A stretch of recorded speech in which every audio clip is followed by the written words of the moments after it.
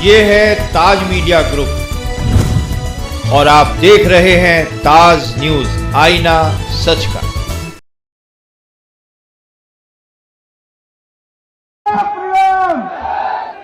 Bharatiya Janata party, Narendra Modi, Yogi Adityanath, दीदी स्मृति, जिनके नेतृत्व में उत्तर प्रदेश इतिहास बनाने जा रहा है, तो हमारे यशस्वी मुख्यमंत्री हम सबके बीच में उपस्थित हैं। एक बार जोरदार नारे के साथ भारत माता की, भारत माता की। अब हम अपने जनपद के जिलाध्यक्ष आदरणीय श्री राम प्रसाद मिश्रा जी से निवेदन करते हैं कि हमारे मुख्य अतिथि लोकप्रिय मुख्यमंत्री जी का बुके और अंगवस्त्र देकर स्वागत करें। आदरणीय अध्यक्ष जी।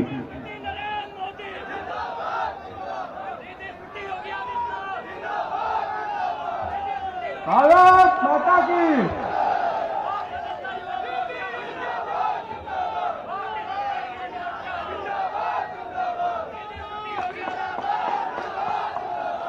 आदरणीय अध्यक्ष जी से निवेदन है कि आए और अतिथि हम सबके लोकप्रिय मुख्यमंत्री जी का, हमारी दीदी स्मृति जी का स्वागत करें। आदरणीय अध्यक्ष जी।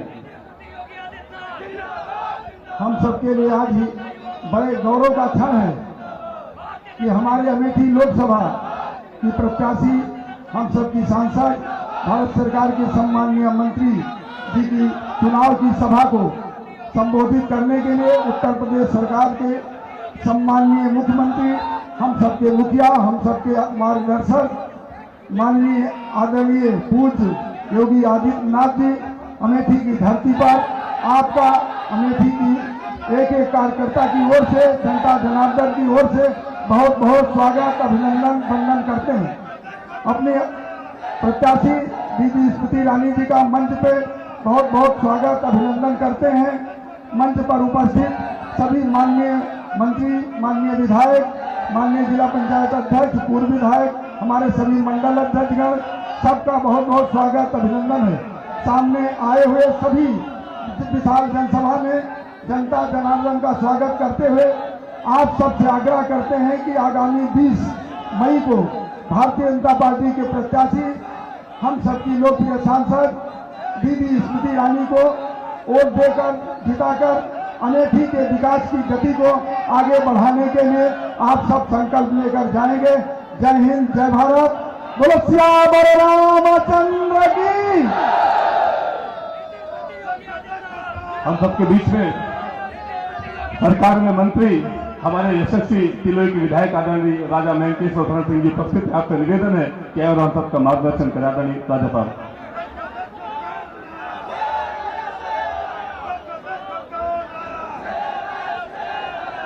राधे राधे, श्री राम जय राम, जय जय राम। भगवान का जयकारा लगेगा। बोलो श्री रामचंद्र की, जय जय श्री राम, जय जय श्री राम, जय जय श्री राम। हिंदुस्तान में रहना है, हिंदुस्तान में रहना है, हिंदुस्तान में रहना है। आप सबका बहुत बहुत आभार। पूरे जनपद की तरफ से मैं अपने आदरणीय मुख्यमंत्री जी का स्वागत करता हूं, आभार प्रकट करता हूं और आप सबसे आग्रह करता हूं 20 तारीख को क्या करना है? कमल का बटन, कमल का बटन, कमल का बटन। धन्यवाद। जय श्री राम। हम सबके बीच में हमारी लोकप्रिय सांसद, हमारी लोकप्रिय दीदी उपस्थित है। अब हम सीधे एक बार जय श्री राम के नारे के साथ दीदी को आमंत्रित करते हैं। जय जय श्री राम। आदरणीय दीदी जी। बोलो भारत माता की, भारत माता की, भारत माता की।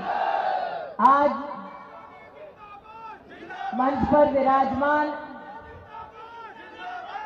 उत्तर प्रदेश के यशस्वी मुख्यमंत्री आदरणीय योगी आदित्यनाथ जी, योगी जी के सानिध्य में प्रदेश की सरकार में सेवा देते विधायक तिलोई आदरणीय मयंकेश्वर जी, प्रदेश में संगठन के मंत्री एवं विधायक जगदीशपुर सुरेश पासी जी, सलोन विधानसभा के विधायक आदरणीय अशोक कोरी जी, जिला पंचायत अध्यक्ष आदरणीय राजेश अग्रहरी जी, भारतीय जनता पार्टी के जिला के हमारे सम्मानित अध्यक्ष राम प्रसाद जी, जिनके सानिध्य में गौरीगंज की इस धरा पर वर्षों से हुंकार कांग्रेस के खिलाफ भरी जाती थी और आज भी क्षेत्र में जिनको तेज विधायक के नाम से जाना जाता है, ऐसे श्रद्धेय तेजवान सिंह जी, आदरणीय मनीषी जी, मंचासीन पूर्व अध्यक्ष आदरणीय दयाशंकर जी, दुर्गेश त्रिपाठी जी, हम सबके वरिष्ठ आदरणीय एमएलसी साहब शैलेंद्र जी, मटियारी जी, प्रदीप सिंह थौरी जी, पूर्व अध्यक्ष उमाशंकर पांडे जी, मंच पर विराजमान भारतीय जनता पार्टी के सभी सम्मानित नेता, चूंकि सभी कार्यकर्ता आतुर हैं माननीय योगी जी का उद्बोधन सुनने के लिए, इसलिए मंच को, मैदान को प्रणाम करते हुए आज हम सब कार्यकर्ता देवतुल्य जनता की ओर से जोरदार तालियों के साथ अपने यशस्वी मुख्यमंत्री का स्वागत करें, ऐसा मेरा आग्रह है।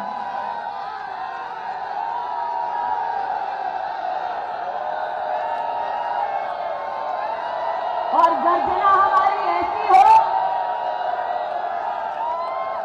कि यह आवाज काशी तक पहुंचे, जहां के सांसद तीसरी बार राष्ट्र के प्रधान सेवक बनने वाले हैं, आज ये आवाज जो अमेठी छोड़कर वायनाड गए, वायनाड छोड़कर रायबरेली भागे, उन तक भी ये आवाज जाए कि 20 तारीख को एक एक वोटर घर के बाहर जाकर पोलिंग बूथ पर जाएगा, अमेठी में कमल का बटन दबाएगा, फिर एक बार केंद्र में मोदी की सरकार देश का एक एक राष्ट्रभक्त बनाएगा। आज ये हुंकार यहां से जानी चाहिए। इस मंच पर, इस मैदान में और मैदान के बाहर पूरे क्षेत्र में आज जनता कहती है पूरे राष्ट्र से कि अमेठी की ये वो जनता है जिसने राष्ट्र के राजनीतिक इतिहास में एक भूचाल ला दिया, जब कांग्रेस पार्टी के राष्ट्रीय अध्यक्ष उनके शहजादों को अमेठी की जनता ने धूल चटाई और लोकतंत्र को ये संदेश दिया कि अगर सांसद 15 साल लापता रहा तो उसका क्या, पूरे खानदान का बोरिया बिस्तर बांधने की ताकत गरीब नागरिक में है। इन 5 सालों में आपने जनप्रतिनिधि के नाते मुझे चुना, 10 वर्ष दीदी और बहन के नाम से सम्मानित किया और 5 वर्षों में जो 50 साल और विशेष 15 साल उनका शहजादा न कर पाया, वो भारतीय जनता पार्टी की डबल इंजन की सरकार ने अमेठी लोकसभा क्षेत्र में कर दिखाया। आज महाराज, आपके सानिध्य में संक्षेप में कहती हूं, लेकिन जो प्रश्न उठाती हूं उसका जवाब देने की अब तक कांग्रेस के नेताओं में हिम्मत नहीं। इन 5 सालों में 2 साल कोरोना के रहे और 2 सालों में यहां पर ना ऑक्सीजन की किसी को कमी हुई, ना दवा की किसी को कमी हुई। हर अस्पताल में हर डॉक्टर, हर नर्स ने सेवा दी। प्रशासन एक मुश्त खड़ा रहा ताकि जनता को कोई कठिनाई न हो। 2 वर्ष कोरोना के जब सर पर मौत मंडरा रही थी, तब भारतीय जनता पार्टी का एक एक कार्यकर्ता गांव-गांव सैनिटाइजर, मास्क बांटता रहा। केंद्र और प्रदेश की सरकार लोगों तक मुफ्त का राशन, मुफ्त का वैक्सीन पहुंचाती रही। आपकी सांसद के नाते मुझे मौत का डर नहीं था। हर गांव, हर परिवार, जिसको जरूरत थी, मैं पहुंची। आज पूछना चाहती हूं उनसे, जिन्होंने वर्षों तक इस क्षेत्र में परिवार का नाता, इन शब्दों का इस्तेमाल कर लोगों का इस्तेमाल किया कि जब मौत मंडरा रही थी तब तुम कहां थे, किस बिल में जाकर छुपे थे, और तब क्यों निकले जब वोट की दरकार है, तब क्यों नहीं निकले जब जनता को तुम्हारी जरूरत थी। महाराज, 5 सालों में ये क्षेत्र गवाह है। 1,14,000 प्रधानमंत्री आवास बने और ये वही क्षेत्र है जहां एक ब्लॉक में 25 कॉलोनी आती थी तो कांग्रेस के दलालों के सामने गरीबों को नाक रगड़नी पड़ती थी। कांग्रेस के नेताओं की जेब को गर्म करना पड़ता था, तब जाकर चंद लोगों को जो कांग्रेस के समर्थक थे उनको जाके कॉलोनी मिलती है। आज जवाब देना पड़ेगा कांग्रेसियों को। 1,14,000 गरीब परिवार घर से वंचित क्यों थे? 5 साल में हम कर पाए, 15 साल तुम क्यों नहीं किए? इस क्षेत्र में 4 लाख परिवारों को जीवन में पहली बार शौचालय मिला। एक परिवार में अगर 4 लोग हैं, इसका मतलब जब लापता सांसद यहां शहजादा देश में और इटली में घुमा करता था, 16 लाख लोग यहां खुले में शौच करते थे। ये कैसा रिश्ता उनका अमेठी से कि दलित हो, पिछड़ा हो, कोई भी समाज का वर्ग का व्यक्ति हो, उसको मजबूर कर देते थे कि अगर गरीब है तो खुले में शौच करे, अगर गरीब है तो सर पर छत ना हो, और अगर गरीब है तो शुद्ध पीने का पानी ना मिले। 1.5 लाख परिवारों को पहली बार विद्युत का कनेक्शन योगी जी आपके राज में मिला है। 3,50,000 परिवारों को पहली बार नलके का कनेक्शन इस क्षेत्र में आपकी और मोदी जी की सरकार से मिला है। अरे 2,20,000 परिवारों के रसोई से धुआं मोदी योगी की सरकार ने हटाया। 2,20,000 बहनों को सिलेंडर दिलाया। ये जो देश भर में नौजवानों को सपना दिखाते हैं, मैं आज कहना चाहती हूं, इस एक लोकसभा क्षेत्र में 1 लाख नागरिकों ने मुद्रा का लोन लिया, लौटाया। इस क्षेत्र में 13,000 नए लघु उद्योग ने अपने आप को भारत सरकार में 5 सालों में रजिस्टर कराया। इस एक क्षेत्र में 5,200 रेडी पटरी वालों ने प्रधानमंत्री स्वनिधि योजना का लाभ पाया। आज अमेठी वो क्षेत्र है जिसमें कोका कोला की एशिया की सबसे बड़ी फैक्ट्री है, उत्तर प्रदेश की सबसे बड़ी पोल्ट्री की फैक्ट्री है, और ये वो अमेठी है जो AK-203 की राइफल बनाती है, जो भारत की सेना की काम आती है। इस पुण्य धरा पर जो राष्ट्र के खिलाफ बोलते हैं उन्हें एक वोट नहीं मिलना चाहिए।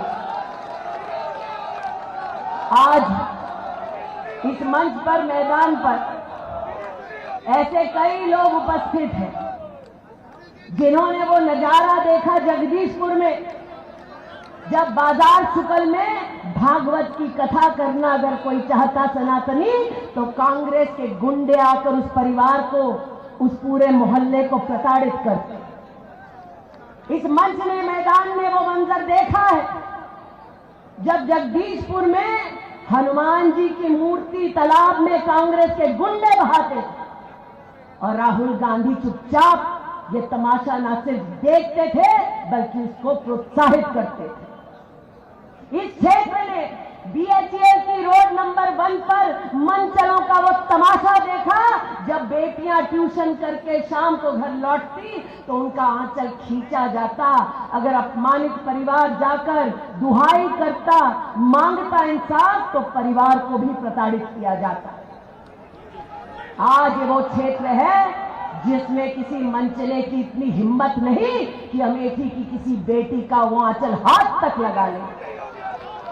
आज ये वो क्षेत्र है जिसमें किसी कांग्रेस के गुंडे की हिम्मत नहीं कि वो किसी भी विधानसभा में भागवत की कथा बंद करवा दे। आज इस क्षेत्र में जब कांग्रेस के नेता ये कहते हैं कि कांग्रेस के पास सत्ता आएगी तो वो राम मंदिर के निर्माण के निर्णय को बदल देंगे, तो योगी जी, मैंने उनसे कहा, भाई हम भी गौरीगंज वाले हैं, अगर हिम्मत है तो हनुमानगढ़ी के हनुमान मंदिर की पताका हाथ लगाकर दिखाओ। ईंट से ईंट ना बजा दी तो हम भी अमेठी वाले नहीं। इसलिए आज यहां कार्यकर्ता और देशतुल्य जनता वो आई है जिन्होंने मोदी योगी की डबल इंजन की सरकार बनाई है। आज करबद्ध निवेदन करती हूं, तीसरा विकास का इंजन अमेठी से लगाओ, 20 मई को कमल का बटन दबाओ, मोदी जी और योगी जी की सेवा समन्वय के माध्यम से पाओ। आज राम भक्तों तक मेरी आवाज पहुंचती है तो उनसे कहना चाहती हूं कि लोकतंत्र के मंदिर में कमल का फूल भिजवाओ, लोकतंत्र के हनुमान बन जाओ, कांग्रेस की लंका में आग लगाओ और 20 तारीख को कमल का बटन दबाओ। इस निवेदन के साथ अपनी वाणी को विराम देती हूँ। जय हिंद, जय भारत। बोलो भारत माता की, भारत माता की, भारत माता की जय। श्री राम, सियावर रामचंद्र की, पवन सुत हनुमान की।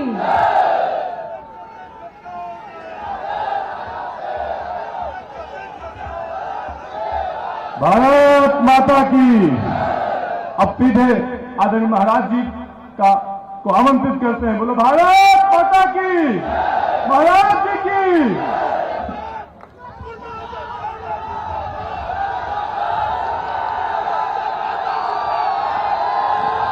भारत माता की, भारत माता की, भारत माता की। वंदे वंदे वंदे। अमेठी की लोकप्रिय सांसद, केंद्रीय मंत्री, लोकसभा चुनाव 2024 में भारतीय जनता पार्टी, अपना दल, निषाद पार्टी, राजभर पार्टी, राष्ट्रीय लोक दल के द्वारा समर्थित भारतीय जनता पार्टी की लोकप्रिय प्रत्याशी सम्माननीय श्रीमती स्मृति ईरानी जी, प्रदेश सरकार में मेरे सहयोगी मंत्री श्री मयंकेश्वर शरण सिंह जी, माननीय विधायक श्री सुरेश पासी जी, श्री अशोक कोरे जी, विधान परिषद सदस्य श्री शैलेंद्र प्रताप सिंह जी, जिलाध्यक्ष भारतीय जनता पार्टी श्री राम प्रसाद मिश्रा जी, अध्यक्ष जिला पंचायत अमेठी श्री राजेश अग्रहरी जी, पूर्व जिलाध्यक्ष श्री दुर्गेश त्रिपाठी जी, पूर्व विधायक चंद्र प्रकाश मिश्र जी, पूर्व विधायक श्री तेज भान सिंह जी, नगर पालिका गौरीगंज के अध्यक्ष श्रीमती रश्मि सिंह जी, जिला पंचायत की पूर्व सदस्य श्री मुकेश सिंह जी, पूर्व मंत्री श्री जंग बहादुर सिंह जी, पूर्व जिलाध्यक्ष श्री दयाशंकर यादव जी और गौरीगंज अमेठी लोकसभा क्षेत्र से जुड़े हुए सभी उपस्थित बहनों और भाइयों, इतिहास का सृजन करने वाले अमेठी लोकसभा क्षेत्र से जुड़े हुए आप सभी बहनों और भाइयों का मैं हृदय से अभिनंदन करता हूं, स्वागत करता हूं। बहनों और भाइयों, आपने 2019 में एक क्रांतिकारी निर्णय लिया और उस निर्णय की धमक न केवल लखनऊ में थी बल्कि दिल्ली में भी सुनाई दे रही थी। बहनों और भाइयों, जब निर्णय सही होता है तो परिणाम भी सही होते हैं।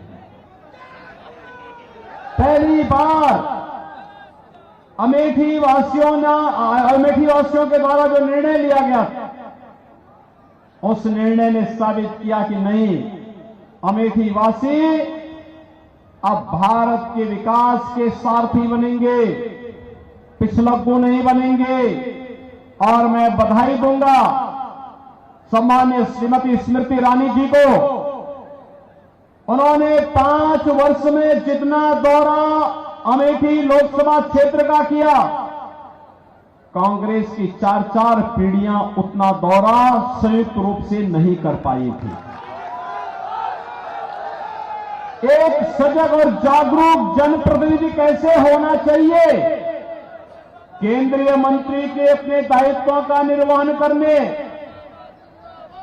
मंत्रालय के कार्यक्रमों से पूरे देश का भ्रमण करने के बाद मैं देखता था हर सप्ताह उनका दौरा अमेठी लोकसभा क्षेत्र के किसी न किसी विधानसभा क्षेत्र, किसी न किसी विकास खंड में, किसी न किसी गांव में और किसी नई योजना के साथ यहां पर देखने को मिलता था। बहनों और भाइयों, ये चीजें दिखाती है कि कैसे जब अच्छे जनप्रतिनिधि चुनते हैं तो परिणाम भी अच्छा ही आता है। और उसी अच्छे परिणाम के लिए एक बार फिर से आपसे अपील करने के लिए मैं आपके बीच आया हूं। बहनों और भाइयों, लोकसभा चुनाव के 3 चरण पूरे हो चुके हैं।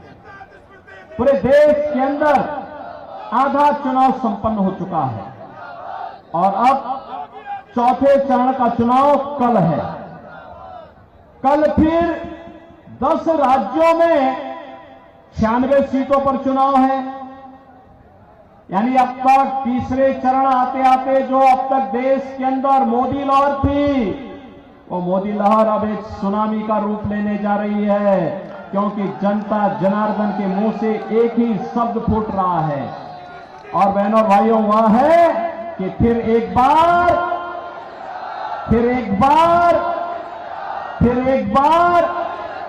अब की बार ये 400 पार। जब हम 400 पार की बात करते हैं तो कांग्रेस और इंडी गठबंधन को चक्कर आने लगता है कि 400 पार कैसे होना है।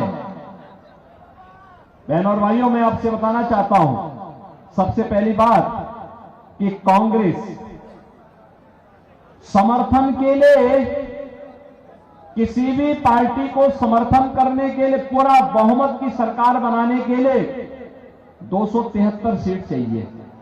कांग्रेस इतनी सीटों पर ही चुनाव नहीं लड़ पा रही पूरे देश के अंदर, तो क्या ये सरकार बनाएगी क्या?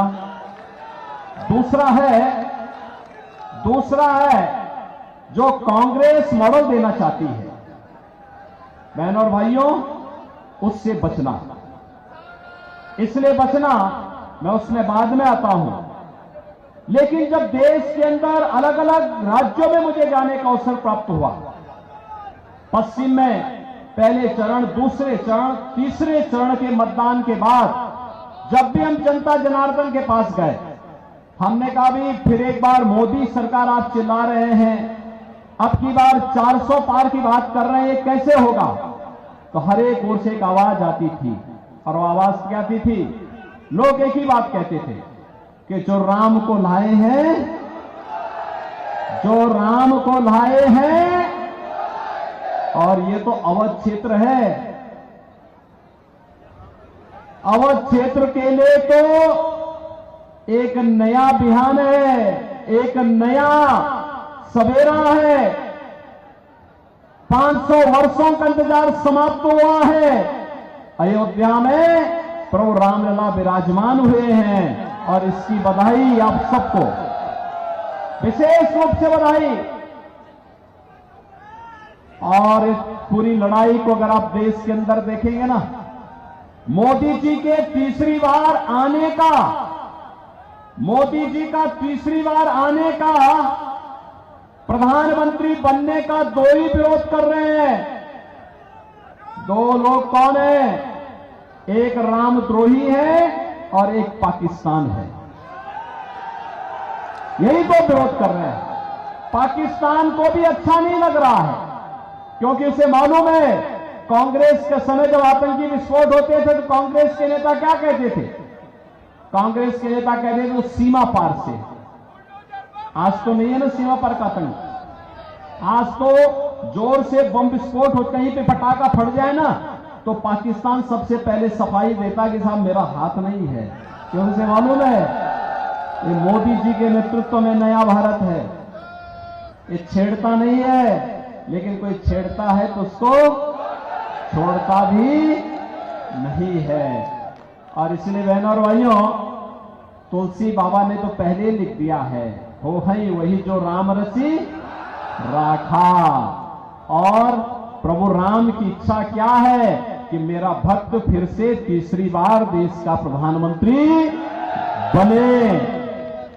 तो भगवान राम के परम भक्त मोदी जी को प्रधानमंत्री बनाना है, तो इस इतिहास की भूमि में फिर से इतिहास रचना है ना।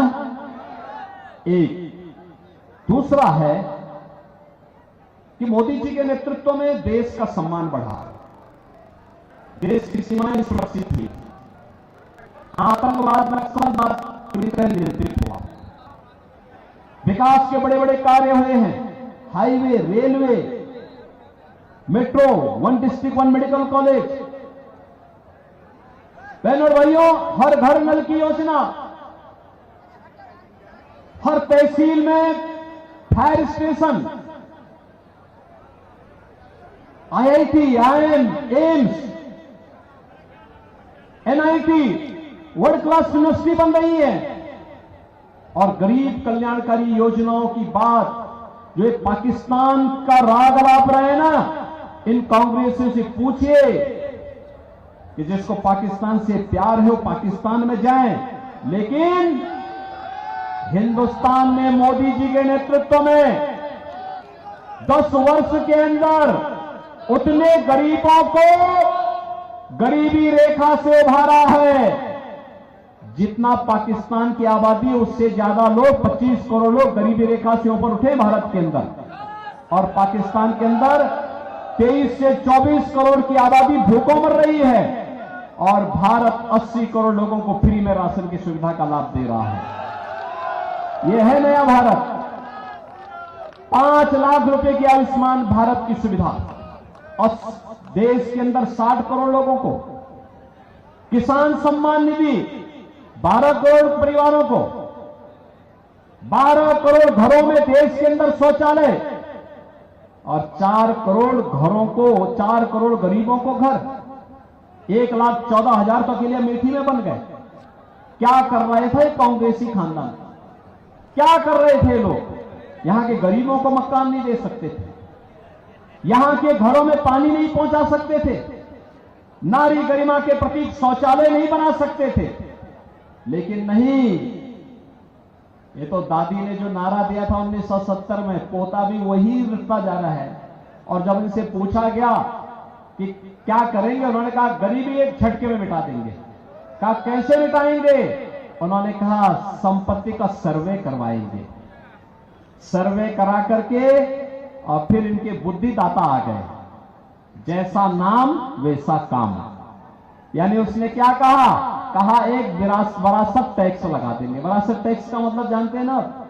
आपके बाप दादों की, आपके पूर्वजों की जितनी जमीन और जितना भी मकान होगा, जितनी प्रॉपर्टी होगी, जितना जेवरात होगा, इसमें से आधे पर एक कांग्रेस के लोग जबरन कब्जा करने का प्रयास करेंगे। ये इनका विरासत टैक्स है। यानी अब इनके अंदर औरंगजेब की आत्मा भी घुस गई है, जो जजिया कर आप पे लगाना चाहती है। क्या आप इसको स्वीकार करेंगे? क्या अपनी संपत्ति का बंदर बांट करने देंगे? क्या कांग्रेसियों को गुंडागर्दी करने की छूट देंगे? क्या बहनों और भाइयों, कांग्रेस का घोषणा पत्र एक खतरनाक इशारा और करता है। कितना खतरनाक इनके मंसूबे हैं। इनके मंसूबे तो देखो क्या कर रहे हैं देश के लिए लोग। इन्होंने जब यूपीए की सरकार थी उस समय भी इन्होंने करने का प्रयास किया था। अनुसूचित जाति, जनजाति और पिछड़ी जाति के आरक्षण के अधिकार पर इन्होंने सेंध लगाने का प्रयास किया था। भारतीय जनता पार्टी और एनडीए ने उस समय विरोध किया था। हम लोगों ने कई दिनों तक संसद में विरोध किया। कहा था बाबा साहब भीमराव अंबेडकर ने कहा है, बाबा साहब भीमराव अंबेडकर ने क्या कहा था? धार्मिक आधार पर आरक्षण नहीं हो सकता। धार्मिक आधार पर आरक्षण नहीं हो सकता। कांग्रेस ने क्या किया था यूपीए सरकार के समय? पहले इन्होंने जस्टिस रंगनाथ मिश्रा के नेतृत्व में कमेटी गठित की और कमेटी ने क्या संस्तुति की? उस कमेटी ने कांग्रेस के नेताओं के कहने पर एक संस्तुति दी कि पिछड़ी जाति को मिलने वाला आरक्षण में से 6% मुसलमानों को दे देना चाहिए। भारतीय जनता पार्टी ने विरोध किया। कहा कि तो बाबा साहब की भावना के विपरीत है, संविधान के भावना के विपरीत है, ये नहीं होने देंगे। भारी विरोध हुआ, उसको नहीं ला पाएगा। इसके बाद इन्होंने प्रयास किया। जस्टिस राजेंद्र सच्चर की अध्यक्षता में एक कमेटी गठित की। इन्हें लगा कि धार्मिक आधार पर तो ये नहीं दे सकते, तो इन्होंने बैकडोर से क्या किया कि मुस्लिम समाज की कुछ जातियों को अनुसूचित जाति में शामिल करके अनुसूचित जाति के आरक्षण के अधिकार में सेंध लगाने का प्रयास किया। इसका भी विरोध किया गया और जब भारतीय जनता पार्टी ने विरोध किया तब इन लोगों के मंसूबे पर पानी फिरा। कांग्रेस फिर से कहती है जातीय जनगणना करेंगे। जातीय जनगणना क्यों करेंगे? क्योंकि जातियों को आपस में लड़ाएंगे। आपस में लड़ाने के बाद फिर कहेंगे कि भाई आप तो अपना पहले झगड़ा फरियाइए और फिर आपस में झगड़ा लगा करके आपके आरक्षण को ये लोग फिर बांटेंगे। कोई मुसलमान को देगा, कोई किसी और को देगा और फिर बंदर बांट करके आपसे कहेंगे कि भाई आपने तो झगड़ा था इसलिए हमने आपका दे दिया और फिर भारत के नए विभाजन की नींव तैयार करेंगे। क्या आप इसको स्वीकार करेंगे? क्या हिंदुस्तान इसको स्वीकार करेगा? क्या बहनों और भाइयों, इनके मैनिफेस्टो में एक खतरनाक बात और देखने को मिली। कांग्रेस क्या कहती है? कांग्रेस कहती है अगर इनकी सरकार बनेगी तो वह अल्पसंख्यकों की रुचि के अनुसार खान पान की स्वतंत्रता देंगे। कौन सा ऐसा खान पान है जी जो बहुसंख्यक को ना पसंद हो और अल्पसंख्यक को पसंद हो? बहनों और भाइयों, रोटी सब खाते हैं, चावल सब खाते हैं, खिचड़ी सब खाते हैं, खीर सब खाते हैं, फल भी सब खाते हैं, लेकिन एक जगह के ठहर जाता है। जब मुसलमान गौ मांस की तरफ जाता है तो हिंदू उसका विरोध करता है, कहता नहीं, ये नहीं स्वीकार होगा। कांग्रेस अब गौ हत्या को भी प्रश्रय देगी। क्या आप इस पाप को स्वीकार करेंगे? क्या अमेठी इस पाप को स्वीकार करेगा? क्या हिंदुस्तान इस पाप को स्वीकार करेगा? क्या कांग्रेस के मंसूबे पूरे होंगे? क्या बहनों और भाइयों, इस पाप में हम भागीदार नहीं बन सकते। अरे पहले तो 500 वर्षों का इंतजार समाप्त होकर के अयोध्या में रामलला विराजमान हुई। अयोध्या में राम मंदिर में कितने रोड इन्होंने अटकाए। इनके बुद्धिदाता क्या कहते हैं? भारत के अंदर राम मंदिर का निर्माण नहीं होना चाहिए। समाजवादी पार्टी इनकी जो सहयोगी दल है वो क्या कहती है कि राम मंदिर बेकार बना। इन्होंने पहले राम के अस्तित्व पर प्रश्न खड़ा किए, फिर इन लोगों ने भारत के राम भक्तों पर गोलियां चलवाई, आतंकवादियों पर दायर मुकदमों को वापस लेने का कुत्सित प्रयास किया, और अब कहते हैं राम मंदिर के बनने पर ही प्रश्न खड़ा करते हैं। लेकिन बहनों और भाइयों, राम मंदिर का निर्माण हुआ है, आप सबको गौरव की अनुभूति हुई। आप अपनी पीढ़ी को बता पाएंगे कि हमने राम मंदिर को बनते देखा है, रामलला को 500 वर्षों के बाद विराजमान होते हुए देखा है। इतिहास बना रहे हैं आप इतिहास बना रहे हैं। राम मंदिर के लिए आने वाली पीढ़ी को आप बता पाएंगे कि हमने राम मंदिर का निर्माण हमारे इस समय में हुआ है। इस लोक को भी बताएंगे, और बहनों और भाइयों, अगली पीढ़ी को भी बता पाएंगे, और अपने पूर्वजों के पास जब परलोक में जाएंगे तो वहां भी अपने पूर्वजों को हम बता पाएंगे कि हां, आपके संकल्पों की पूर्ति, आपके आज के संकल्प की पूर्ति हम लोगों ने किया था, क्योंकि हमने मोदी जी को चुना था। बोलेंगे ना? और बहनों और भाइयों, एक तो ये गौरव की बात, हमारे पुणे हमारे साथ जुड़ा है। अगर कांग्रेस की तरफ धोखे से भी हमने वोट दे दिया और कांग्रेसियों ने गौ हत्या की छूट दी, तो उस पाप से हम फिर वंचित नहीं रह पाएंगे। अगर राम मंदिर का पुण्य हमारे साथ में है, कि कांग्रेसियों के द्वारा गौ हत्या का पाप भी हमारे ऊपर थोप दिया जाएगा, और इस पाप में कभी शरीक मत होना।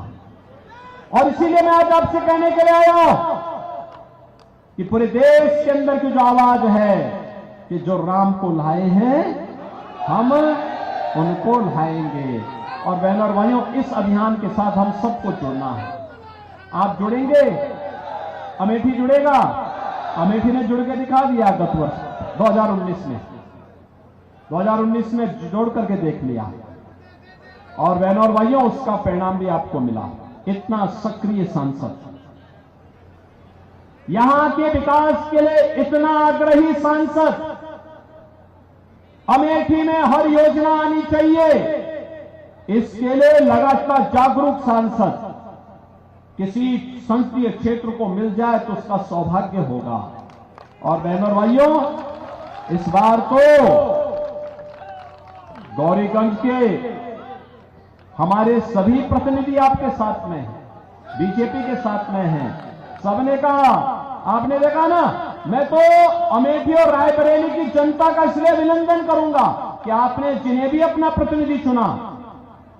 अगर राम मंदिर का विरोध कांग्रेस ने किया तो उन्होंने कांग्रेस ने, समाजवादी पार्टी ने किया तो उन्होंने समाजवादी पार्टी से विद्रोह किया। कहा कि वे देखो सब कुछ स्वीकार करेंगे लेकिन राम का अपमान स्वीकार नहीं करेंगे।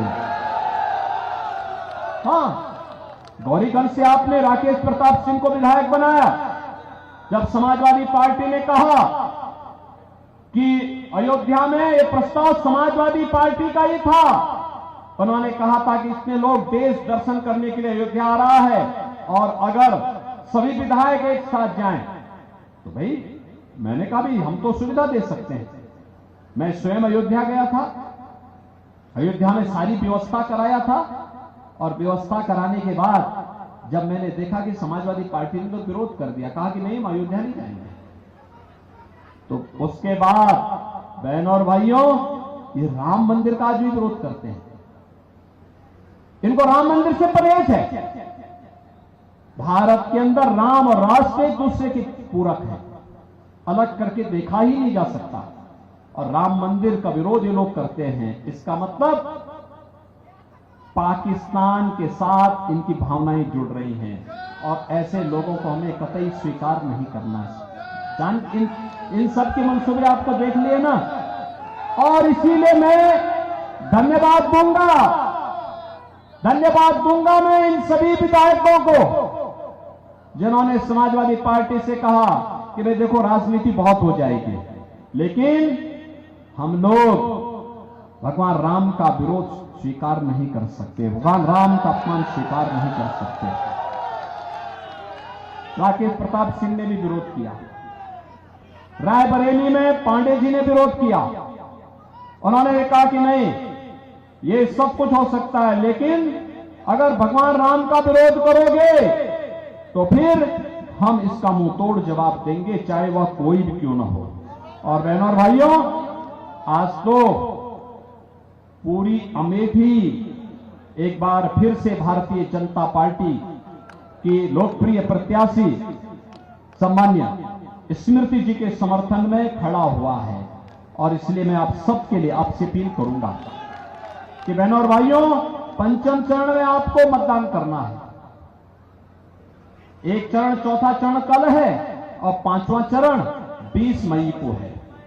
और 20 मई के लिए मैं आपसे अपील करूंगा, देश के सम्मान के लिए, देश की सुरक्षा के लिए, विकास के लिए, गरीब कल्याण के लिए, विरासत और विकास की बेहतर समन्वय के लिए, आत्मनिर्भर और विकसित भारत की मोदी जी की संकल्पना के लिए मोदी जी को तीसरा कार्यकाल चाहिए। और इसलिए बहनों और भाइयों, उस तीसरे कार्यकाल के लिए मोदी जी, आपके द्वारा एक एक वोट जो दिया जाएगा ना, कमल के फूल पर अमेठी में जो पड़ेगा, वो सीधे मोदी जी के पास जाएगा, मोदी जी को संबल प्रदान करेगा, मोदी जी को देश का प्रधानमंत्री बनाने में सहायक होगा। और इसके लिए आपको अपना समर्थन देना, अपना आशीर्वाद देना है। सहमत हैं? सभी सहमत हैं? पूरी अमेठी सहमत है? भारी बहुमत से एक एक घर जाएंगे, मोदी जी का प्रतिनिधि बनकर के, स्मृति जी का प्रतिनिधि बनकर के घर घर जाकर के अलग जगाएंगे, भाजपा को जिताएंगे, कांग्रेस के चटकारों की जमानत जब्त कराएंगे, आतंकवाद और पाकिस्तान समर्थकों की जमानत जब्त कराएंगे, अमेठी की जनता को विकास से वंचित रखने वालों की जमानत जब्त करवाएंगे। इसके लिए आपको सबको खड़ा होना पड़ेगा, वोट की रखवाली भी करनी होगी, कमल चुनाव चिन्ह को घर घर खिलाना होगा। सहमत है ना? तो फिर मेरे साथ बोलेंगे, भारत माता की, भारत माता की, भारत माता की जय श्री राम, जय जय श्री राम।